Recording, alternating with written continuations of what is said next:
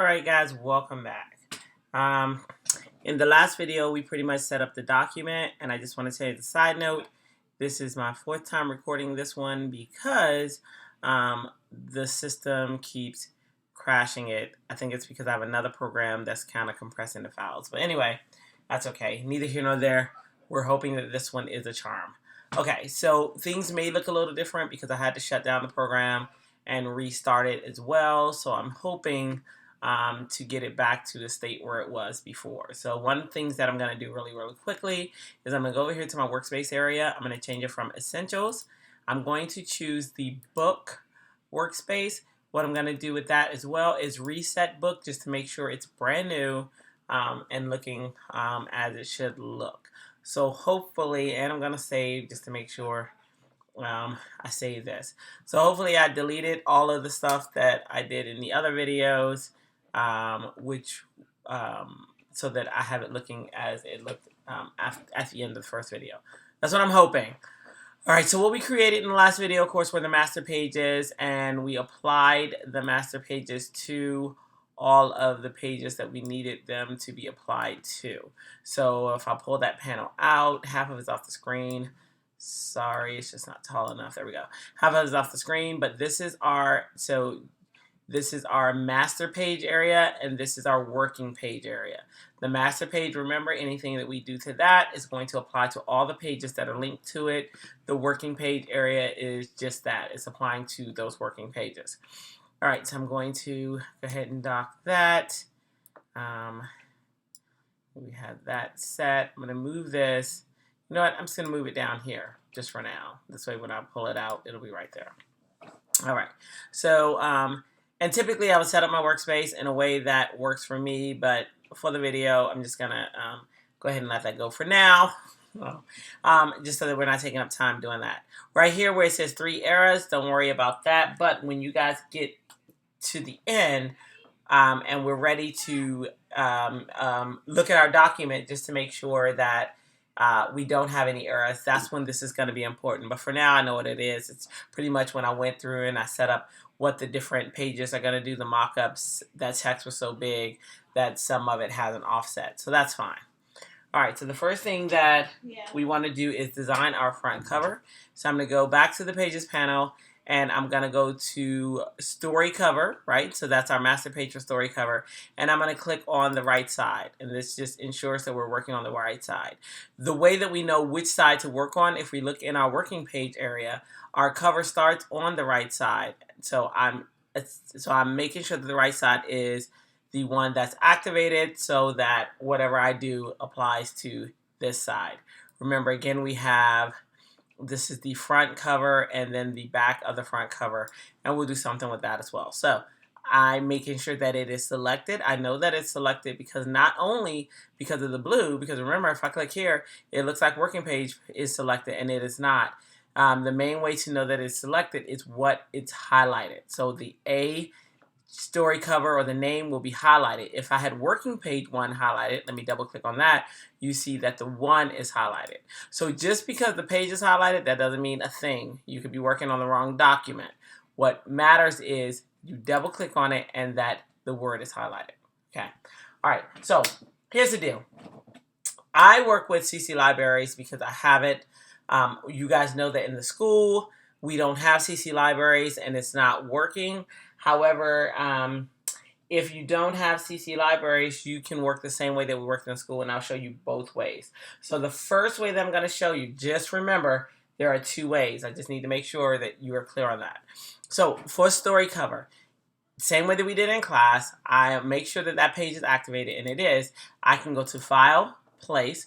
This is if I was working off of a folder, okay? And then, so my folder comes up, or I can search for it. Let's pretend mine didn't come up, so I'm going to search for it. Mine's on the desktop. I have InDesign Magazine, and then I have a Photos folder, right? So I'm going to click in that Photos folder, and then I'm just going to pick a picture at random. This is not the one I'm going to use. But let's say I wanted this chocolate cupcake with toppings. Double click on that one, and then I get the loaded cursor. And so what I can do with this loaded cursor is I can come here and I can drag out my file. Now here's the deal. I can't see my lines, and I really need to see those lines so that I know where that bleed is. Remember we made that bleed and everything? Remember we talked about this shortcut key so that we can see the preview? The shortcut key is W. When I hit W, now I can see the bleed lines, and one thing I'm noticing is that my picture didn't start at the bleed line. So at the top, I don't have a bleed, and I want to make sure that I have a bleed. So I could do two things. I could delete that, re-put in the picture, or I could use the up arrows and bring it up, or I could just use my cursor and snap that into place at the top. Whatever method works for you, go for that and make that happen. Now, remember we also talked about the picture in a frame. This right now, the way InDesign works is InDesign looks at things as objects, and then it looks at content inside of objects. All right, so the object is when you have this black arrow and you select something, you're selecting the object. If you select the white arrow, two things happens, which is the direct selection tool. If I click here, now I'm selecting the kind of like the image that's inside of the object. So have you, and there's another way that we can do that as well. But the main thing to note also, if I had the pen tool, I could do a lot of things, but I don't want to confuse you with that. So the main thing to note is there are objects and then there's content in the objects. I'm going to get the black arrow and I'm going to select my frame. And I'm going to, and another thing to note too is this, it's color coded. Everything we select. So if I click on the layers panel real quick, notice that right now I have the master page items selected. That's the wrong layer. This should not be in that layer, by the way. But I have master page items selected. That's not the layer that this should be in. This should actually be in what? This is I heard you say it. It is a photo, right? So I need to make sure that this is in the photos layer. So what I'm going to do, but I do want you to note, important, master page items, the layer color for that is pink. So guess what? When I select this outer box, right, is pink. The way that you move something from one layer to another, I have this selected, I have the object that I want to move to another layer selected. I'm going to click on the square, right? They call it meatballs, but it doesn't look like a meatball. It used to be circle, so that meatball made sense. Right now, square. So I'm going to click on the square, and I'm clicking and holding the mouse. I'm just holding down the mouse. I haven't done anything else. I'm going to move that by just dragging down. Notice you don't see anything moving, but it is moving. As long as you have clicked on that mouse and you hold down, once I let go, now it is in another layer of photos, and if you look, you will see that the color of the object changed to match that layer. So these colors are pretty important. They make sense. They make your life easier, okay? So the photos layer, now I have this in the right layer. Okay, so now again, so we have the object that is selected, but the content inside of that object is the actual photo. So what I have selected right now is the frame that holds the content, which is the photo. So when I resize this frame and I click on the edges, and the way that I know that I'm on the object again is it is the same color. The border of that object is the same color of the layer. If I wanted to affect the picture, so if I hover over, and you're going to see this disc, and that's called the grabby hand. When you have that, what that allows you to do is if I click it, first thing I want you to notice is that border. That border is a totally different color, right, than the layer that I'm on. And that's because now I'm in that content, which has nothing to do with the layer. It has to do with the object that it's inside of. Kind of like if you had a picture in a frame and you have the frame, and the frame is the actual frame that holds that picture, but that picture is the content inside. It is the same exact thing here. So now if I move this around, I'm moving that picture. Notice the frame, it's yellow, right? It's still right here.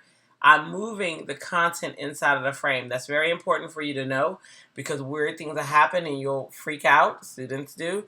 They freak out and they're like, oh, something's wrong. Something's wrong with my file. Something's wrong. It's okay.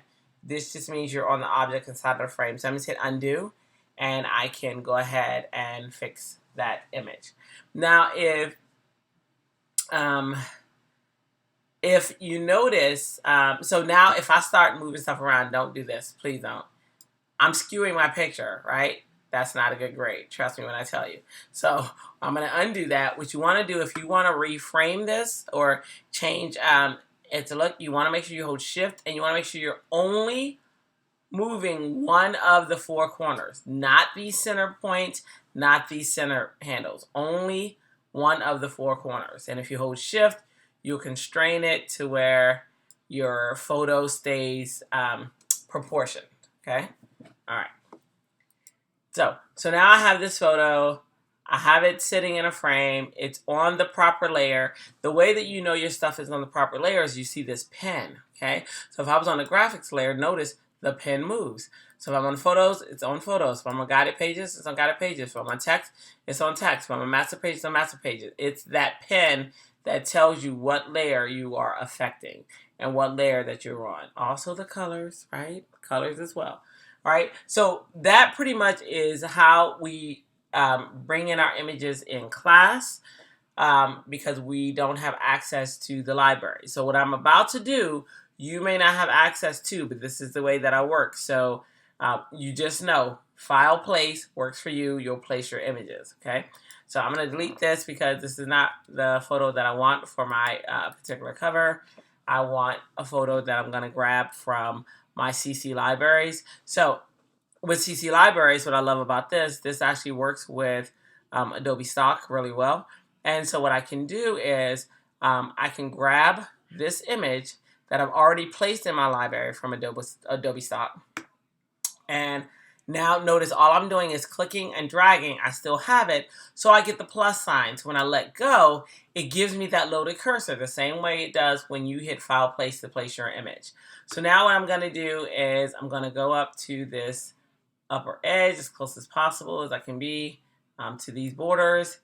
I'm a little off, but that's okay. And I'm going to bring this down as far as I can. Okay. So right now, this is as far as I can bring it. Let me go ahead and nudge this into place where it should be. And now I have the frame, and my frame is not fitting my photo like I want it to, but that's okay. I'm going to fix that. I'm going to clean up this frame just a little bit like that. All right. So now what I have is I have my photo. I have my frame. My frame is larger than the photo, but I can go ahead and fix that a few ways. Okay. There are a few ways that I can handle that. One, I have what's called fitting. Now, before, what we were doing and what we did in class was we manually resized it. Remember, we clicked on the hand, and we hit, so we did this, and on the grabber, and then it changes a different color. We know that our photo layer is orange, but this one is blue, so that means that I'm on the content inside of the frame. Now, if I hold shift, I can bring it out and I can resize that photo, right? So that's one way I can do it. I'm going to undo that because that's not how I'm going to do it. The easiest way to do it, where we don't have to do so much manual labor, is I can right click. So with making sure that the object is selected. How do I know the object's selected again? I make sure it's the same color as the layer. If you notice, what I had selected wasn't the same color as the layer because I had the content inside of the object. So what I'm going to do is click off.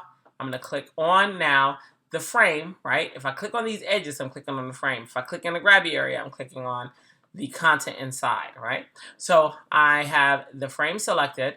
I have the photos layer highlighted, and the colors match, right? This orange matches this orange. So now I know I'm in the right spot. What I'm going to do is I'm going to right click. And then when I right click, I'm going to get some options. One of the options that I'm going to go to is fitting, right?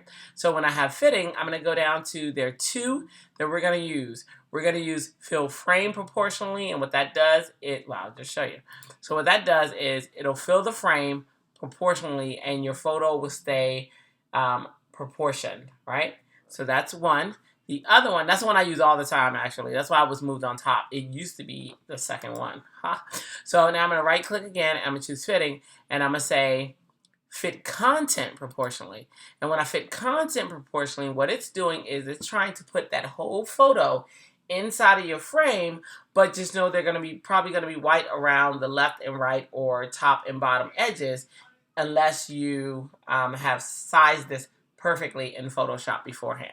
But what I want is I'm going to right click fitting, and I'm going to choose fill frame proportionally. And what it does is it'll just make the image a little larger so that my whole image fits inside of the frame. Okay, so that's my favorite one. to use for that. All right, and I made sure it's on the photos layer. I'm gonna click and we're good. So another thing I wanna show you about layers, the way they work inside of InDesign is similar to the way they work in Illustrator and Photoshop, but you just have to know. So the layers that show are based upon the page that you're on. So right now we're on A story cover. So A story cover is the only layers that you're gonna see in here. You're not gonna see the layers from the other pages where we labeled index, where we labeled table of content. You're not gonna see any of that stuff as long as the active, it just depends on whatever is active. Right now, that A story cover is active, so you're only gonna see layers depending on this A story cover. Okay, so another thing too, so we have layers, these are different layers, and we have sub layers. So if we click on the caret next to photo, you're gonna see the sub layer that says delicious ice cream cake. You guys see that? Okay, so that's the sub layer, and if I click that, then that's what's gonna show me that photo, right? The object and its content, okay? So I'm going to close that. Guided pages, so you notice how we're not seeing any of that information because we didn't put guided pages on the master pages. We only put guided pages on the working pages. So since it's not on the master page, we're not going to see any of that information. Okay, so that's how layers work in InDesign. It shows you the page and it shows you the layers that relate to that page. All right, so now I have this cover. And the next thing that I want to do with this one is I want to go ahead and start setting up some text to go in here and maybe some effects. So first things first, I'm going to activate the text layer and then I'm going to click on my type tool. Now remember this menu up here, this is the properties menu, and the cool thing about this is it's context sensitive, just like in Photoshop, just like in Illustrator. So depending on what tool you have, this changes based off of that tool to give you those options. So I'm just going to grab the type tool, and different than Photoshop and different than Illustrator, you can't just click and start typing. That's not how InDesign works. InDesign has boundaries and it needs you to create boundaries for it. So what we're going to do is I'm going to click in that corner and just drag out a box. I'm going to change my font to 72 just so that I can see it. And I'm going to type something like delicious. I think what do I want to say? Delicious desserts. All right. So delicious desserts. All right. The next thing that I'm going to do is I want to find a font to work for delicious desserts. I might highlight, and I have a feeling that both are going to be two separate fonts. So what I'm going to do is try to find a font that I like that works with delicious desserts without taking so much time. So I may just find something kind of like Barracuda, and I kind of like Memoriam.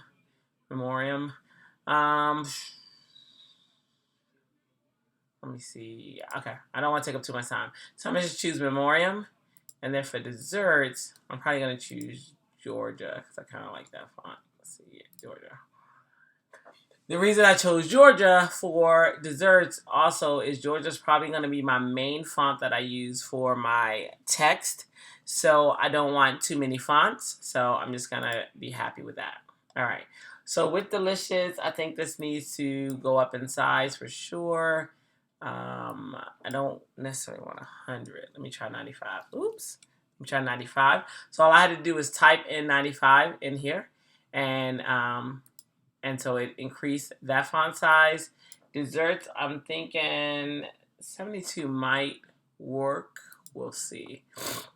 So the next thing I'm gonna do with this is I kind of want it to have some of that red sampling that's inside, like see how it's such a bold and vivid red. So what I'm going to do is I'm going to click on my eyedropper tool, and what's going to happen when I sample this color, you'll see, because this is probably going to happen to you guys, so this is a good so when I sample the color, now what we notice is it's remember we have objects and the content inside. So the type is the content inside of this frame, right? So what it changed the color of is the frame, but what I wanted it to change the color of is the text, right? So I'm going to undo that really, really quickly. And I have options, and I have these options in two different places. Right here in the tools panel, you guys see that tools panel? And do you see the stroke and fill? Right below it, I have the container, which is the object, and I have the type. You guys see that? The type tool. I want it to affect the type, so I'm going to click on the T. So now what I do is going to affect the type tool. So now when I sample out some color, let me get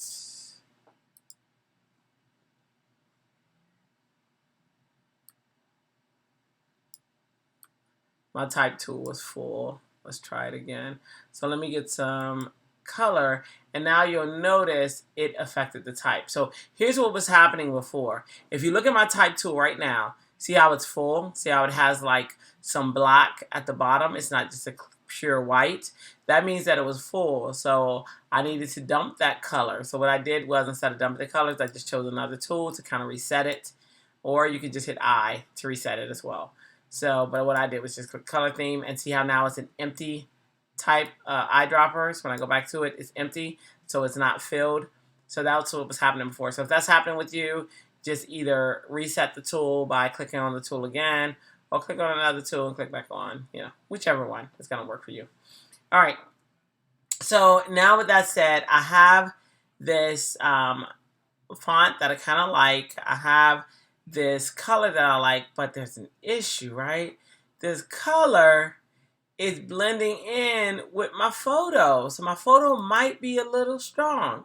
So what I can do is I'm going to click on this photo right here, and I'm going to do what we did in class. So I'm making sure, right, my photo layer is selected. My color around the photo layer is that orange, so I know that I have the right thing selected. Now I'm going to go for the gradient feather tool, because what I want to do is make this area up here lighter, and sort of just a gradual smooth transition from the from kind of like fading out, disappearing into the photo. So this gradient feather tool, which is underneath the gradient swatch tool, click on that, and what we're going to do is just opposite way. What we're going to do is just go ahead and click, and so I'm clicking from the bottom up, and remember we have that control. This is the same way we used to do it in Photoshop, where you control where you want the effect to stop. Okay, so I kind of controlled it here, and I said, oh, I want the effect to stop here, and boom. So now I have this white area still showcasing my my font for the desserts, and then I have the photo coming down here. So that I'm cool with, right? So that's kind of cool. The next thing I want to do, I might want to put a drop shadow on this. So I'm going to select with my black arrow. I'm going to select the type, and what I'm going to do is I need one more panel. I'm going to go to Window, and I'm going to go to Effects. And now the effect, now mine is on my other screen. Let me grab it and bring it over here. Okay. So I'm in the effects panel. I'll go ahead and bring that one out. And what I want to do is I want to put a drop shadow on here. So in the effects panel, see where it says FX? I can click that and I can choose drop shadow. And what I'm going to get is, if you're not seeing a preview, just check this preview button and it'll preview that drop shadow for you so you can see it. So I have a preview, making sure I'm on drop shadow. See how it says settings for objects? Everything is an object. All right, so what I want to do is I kind of like a sharper drop shadow. So as far as blend mode, I'm going to choose normal. And then I want my opacity at 100%. This is for me. You may have a different taste, and that is fine. Go for it. Do you boo. All right, so for the offset, I might bring it in just a little bit. And then for my blur, I'm probably going to take that blur down to 0. And then see where I'm happy. Where am I happy? I'm going to change my drop shadow color, because I actually don't want it seen. I kind of just want it if it is needed, right, to show up against that white. But what actually I'm going to do is black, and I'm going to do tints. So I'm going to say this black, and then maybe, I have to do the tints before I get in here. So let me see.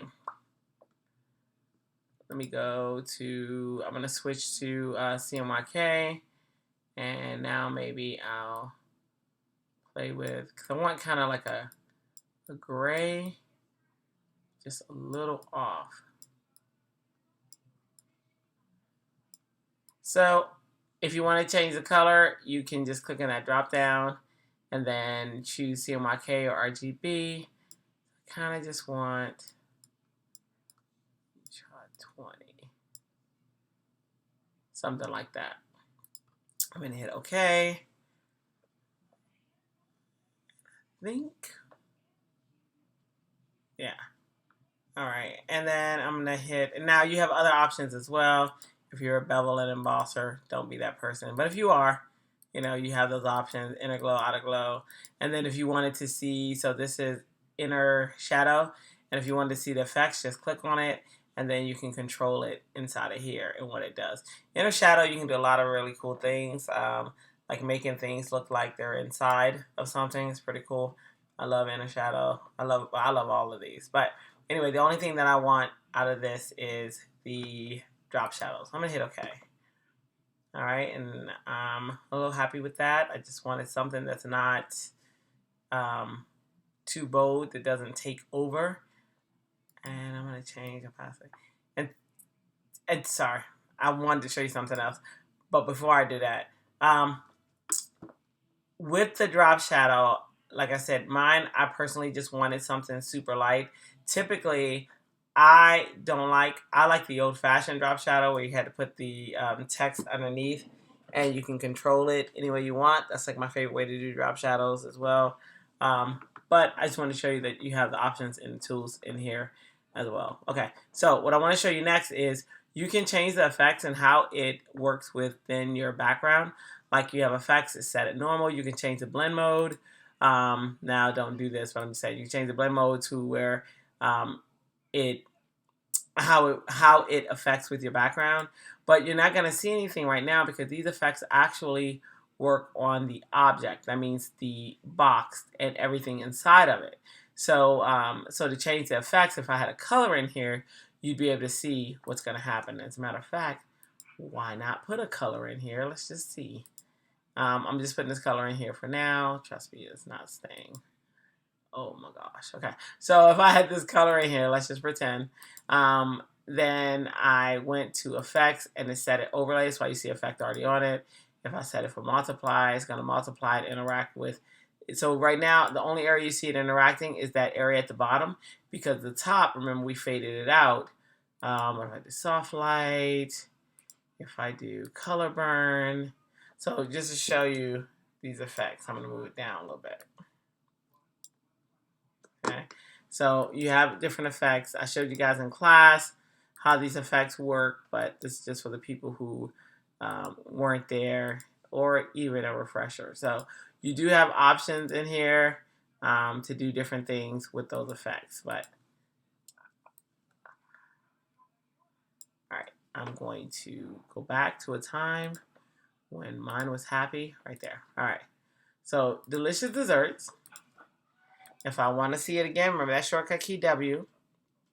Also, with that, the different modes, if W for whatever reason doesn't work or you don't remember it, if you go to the bottom of your tools panel, that very last item is how you can switch between modes.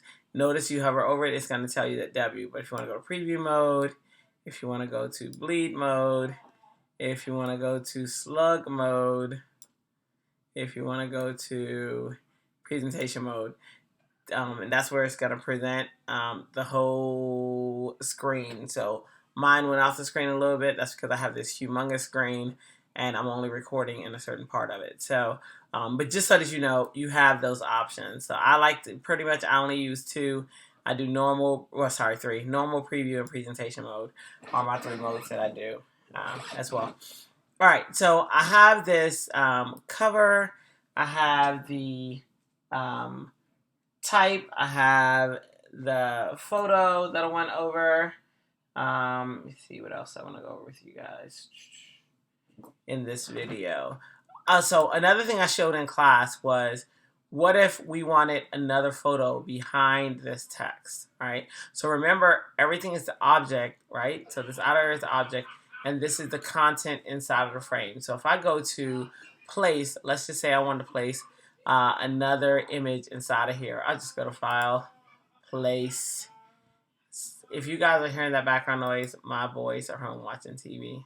So I apologize, they're loud though. All right, so let's see, do I want that one? I'm trying to see which, I have a nice image to use. I don't know. You know what? It doesn't even matter. I'm going to use this one.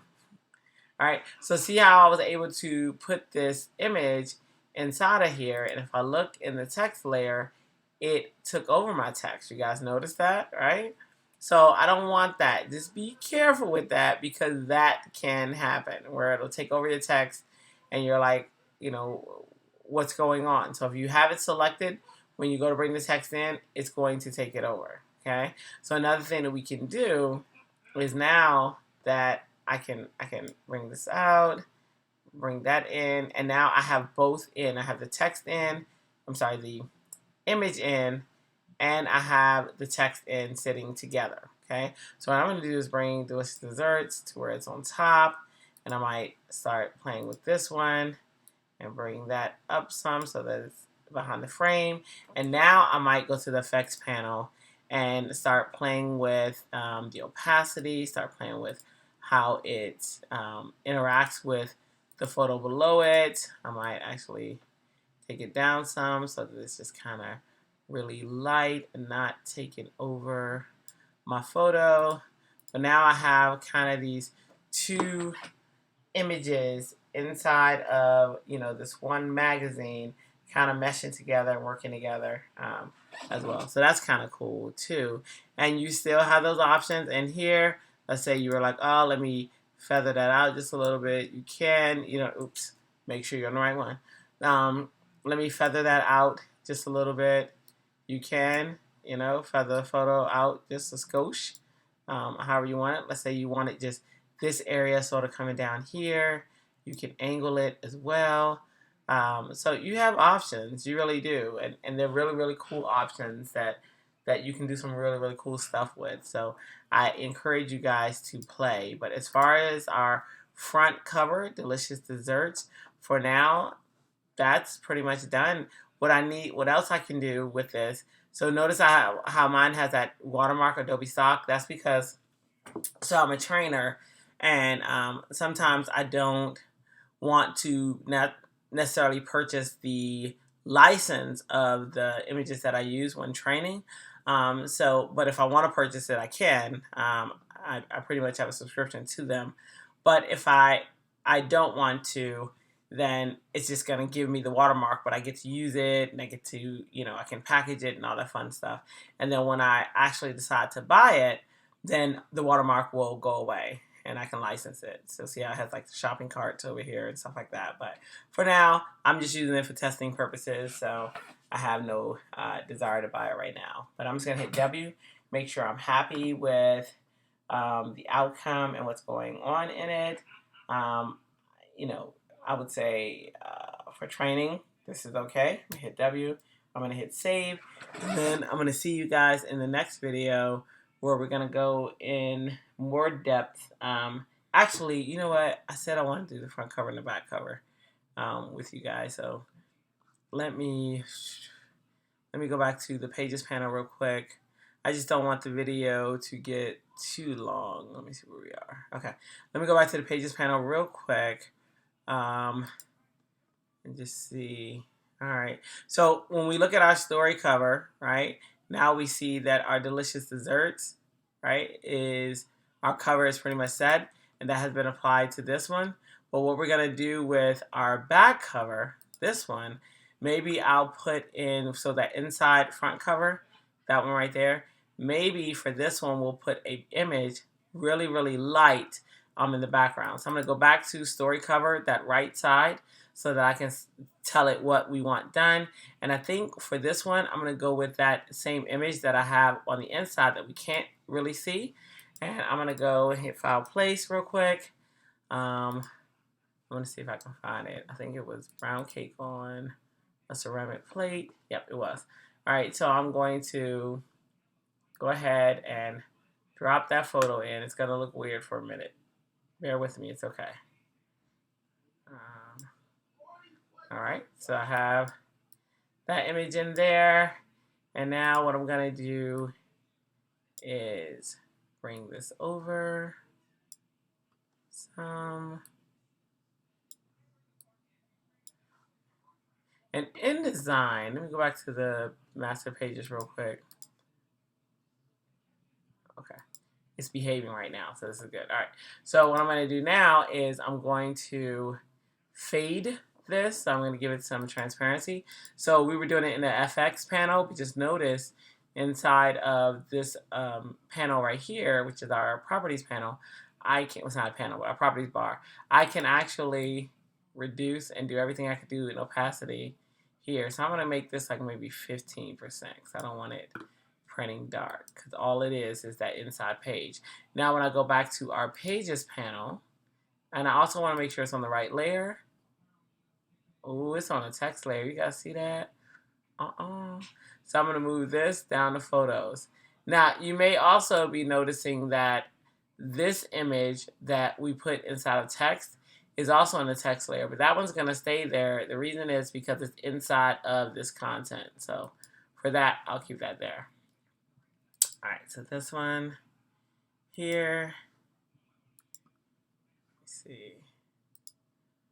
Actually, I want to teach you right.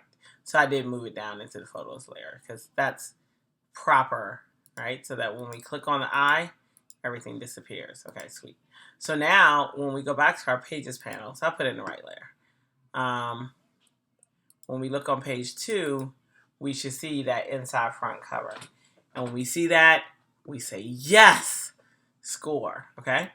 All right, so now if we were to look at it, let me shrink this down some. We'll have our front cover. Our inside of the front cover has a light picture, so it's not just a boring white page. But we know that there's no content that's going in there. And so now we can continue with our story. I like to go ahead and get that back cover out of the way. But the back cover, pretty much the same process, super easy. We're going to create the back cover itself and the inside back cover. So on the left side is going to be the back cover itself. Maybe for this one, let me see.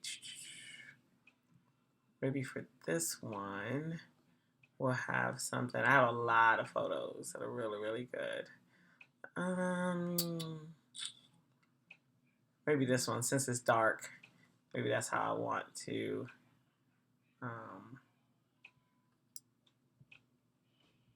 Yeah. Okay, so my back cover, I'm going to move, right, bring that one in. I'm going to hit minus. I'm going to make sure I hit W so that I can see where it was supposed to go. All right, I'm going to do that again. And of course, I could have just fixed it, remember, the other way, but I just choose to do it the right way. All right. So now what I'm going to do, Command minus so that I can zoom out a little bit. I'm going to move this over. I'm going to be the grabby hand, right? So I just clicked on the center disk. I'm going to hold Shift and the right arrow to move this into place so that it can be my back cover, right? So I like that. So now what I'm going to do is make sure it's on the right layer. So on the photos layer, it is. Grab my type tool, activate my type layer, and I'm going to, this information is going to go down at the bottom. I'm going to make sure that it's white, and I'm going to say delicious desserts. I think I was going to say that. Delicious. Desserts. I'm going to make it a lot bigger probably. Yeah, that works. 36. I'm going to give it an address. We're going to make that a little smaller. So I'm going to say P.O. Box 428, Frederick, Maryland 20755. www.dlusdesserts.com. Okay, so I just have some information. I might center it. Then I might move this down here. That's where I want it. Kind of hard to see, but that's okay. I'm going to target the image that is inside. I might give this box a gray. I'm going to go for black. I change the tint to 50. Okay, I'm going to make sure I'm targeting the container and then play with the transparency. Now, you know what happened? I forgot that the container is going to affect the entire thing. So I might play with the, go back to black.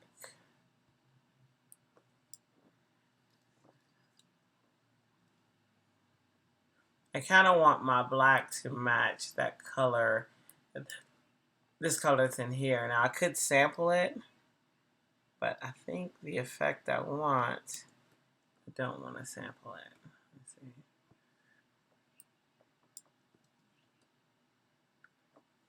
Let's see. That's gonna work. All right, another thing real quick that I want to do, let me zoom in real quick because I don't think I went over this part yet with you. I did in class, but with you guys or not. So we have tracking and kerning, and you guys know this from when we were doing text inside of Illustrator especially. So I'm going to play with tracking and kerning real quick, but one thing I forgot to do is change the font for this one. And then these should be Georgia.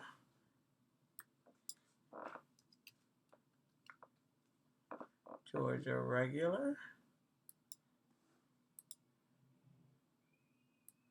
This one can be Georgia bold, but I think it's Georgia regular. Okay. Delicious desserts. Actually, I might make desserts small caps. So I'm going to highlight dessert, and I'm going to click on this capital T and this lowercase t, just so that it's small caps. Notice when I made it small caps, the text seems too close together. So I'm going to highlight this text, and I'm going to play with that tracking and kerning that we are familiar with from Photoshop and from Illustrator. My words are hard today. So right here, this is our tracking with the VA. I can actually just click on that, and it's going to track it out some. See how the spacing between the letters has a little bit more breathing room. That's what I'm after, is that breathing room. Definitely. Okay, and then notice this one didn't. Let me give it some breathing room. Okay. All right, so these are at 30. Let me just make sure they're all at 30.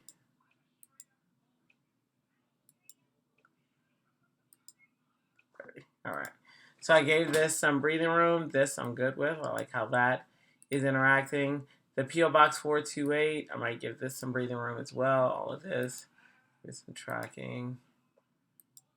Yep. Okay, and I might also give it some leading. And what the leading is going to do is it's going to give space between the different lines of text. So our leading is found over here. Let me go ahead and give it about, yep, going the right direction. It's going to go off of the screen, but that's okay. I'm good with about 30 looks good. All right. So what I'm going to do is expand this box a little bit.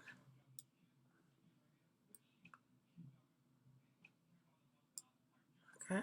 And then I'll move the box into place.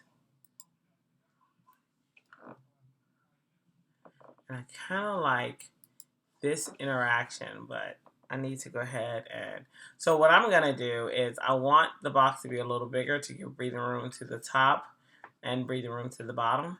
So I'm going to hold Alt, and I have the box highlighted, and I'm going to move out this boundary. See how it's doing them both at the same time? This way I can make sure that I kept in mind the evenness, that I want them even. So I'm going to hit there. That looks good. Let me move this into place. Let me hit W so I can see my borders. Okay, so that looks good. So the next thing I need to do, now what I notice is when I did that, my text is up to the top. It's not centered vertically. I want to make sure that this is centered vertically. So a few ways I can accomplish that. I can get my character panel. I can accomplish it there, but I can also go up to Object, and I can go to Text Frame Options. Command B is a shortcut key for that. I want to get you used to using this box. This box is so awesome. It really is. So I have text frame options. I have options for general, baseline options, auto size, footnotes. All of these things are in the next level class. You should learn them there. Are awesome. But the main thing I'm after is this vertical justification. There is a key. There is a button on the properties panel where you can do this. But I like you guys to get used to this box.